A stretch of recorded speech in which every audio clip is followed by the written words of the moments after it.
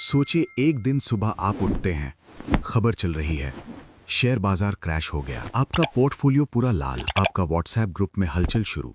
और उसी समय कहीं किसी के लिए यह दिन जश्न का दिन है, क्योंकि बाजार गिरते ही कुछ लोग और अमीर हो जाते हैं। ये कोई अफवाह नहीं है, ये सिस्टम का हिस्सा है। और अगर आपको आज तक ये अजीब लगता रहा है तो अच्छी खबर है, आप सही सवाल पूछ रहे थे। अब सवाल ये नहीं है कि शेयर बाजार क्यों गिरता है, असल सवाल ये है कि जब सबका नुकसान हो रहा होता है तो फायदा किसका हो रहा होता है। और ये सवाल आज इसलिए जरूरी है क्योंकि बाजार पहले से ज्यादा तेज, ज्यादा बड़ा और ज्यादा अप्रिडिक्टेबल हो चुका है। एक छोटी सी कहानी से शुरू करते हैं। मान लीजिए दो लोग हैं, एक का नाम है राज, दूसरे का नाम है सिस्टम। राज हर महीने सैलरी से एसआईपी करता है, लॉन्ग टर्म सोचता है, मार्केट गिरेगा तो भी होल्ड करूंगा। सिस्टम सैलरी नहीं कमाता, सिस्टम के पास समय है, डेटा है और पैसा ज्यादा है। जब बाजार ऊपर जाता है राज खुश, सिस्टम शांत। लेकिन जब बाजार गिरता है यहीं से असली खेल शुरू होता है। जब बाजार गिरता है ज्यादातर लोग एक ही काम करते हैं, डरते हैं, शेयर बेचते हैं या खरीदना बंद कर देते हैं, क्योंकि उनके लिए पैसा सीमित है,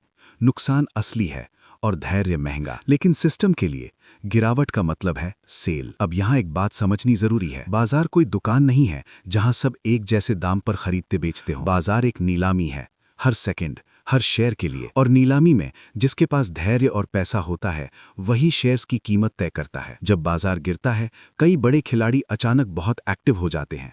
बैंक, फंड हाउसेस, इंश्योरेंस कंपनियां, बड़े निवेशक, इनके पास पहले से तय प्लान होता है, किस स्तर पर खरीदना है, कितना खरीदना है और कब तक इंतजार करना है। ये लोग भावनाओं पर नहीं चलते, ये लोग गणित पर चलते हैं।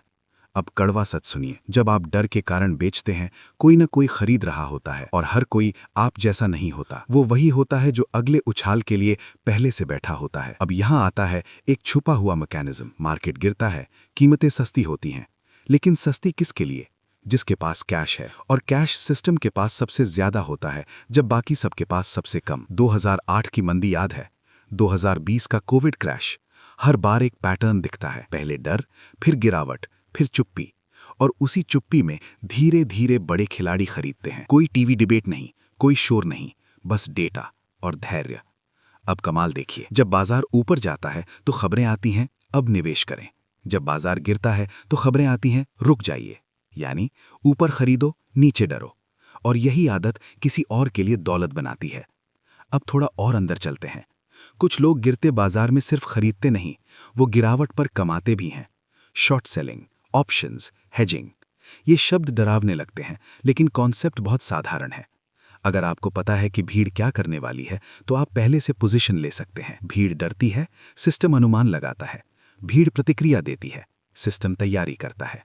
और यही फर्क गिरते बाजार में अमीर और गरीब तय करता है। अब एक शांत सा सवाल, क्या इसका मतलब यह है कि बाजार धोखा है? नहीं, लेकिन इसका मतलब यह जरूर है कि बाजार निष्पक्ष नहीं है।